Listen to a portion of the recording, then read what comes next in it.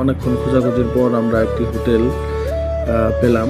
সেখানে কিছুটা ফ্রি আছিল, আমাদের চাপ কম ছিল, যার ফলে ওনার সাথে আলাপ করে আমরা মাছটা দিয়ে দিলাম। আর উনি সুন্দর করে মাছটা কেটে ধুয়ে তারপর উনি আস্তে আস্তে মশলা মাখিয়ে উনি বললেন যে সরিষার তেল দিয়ে খাবেন নাকি সয়াবিন তেল। তো আসলে ইলিশ তো সরিষার তেল ছাড়া ইলিশ তো জমে না, এই জন্য আমরা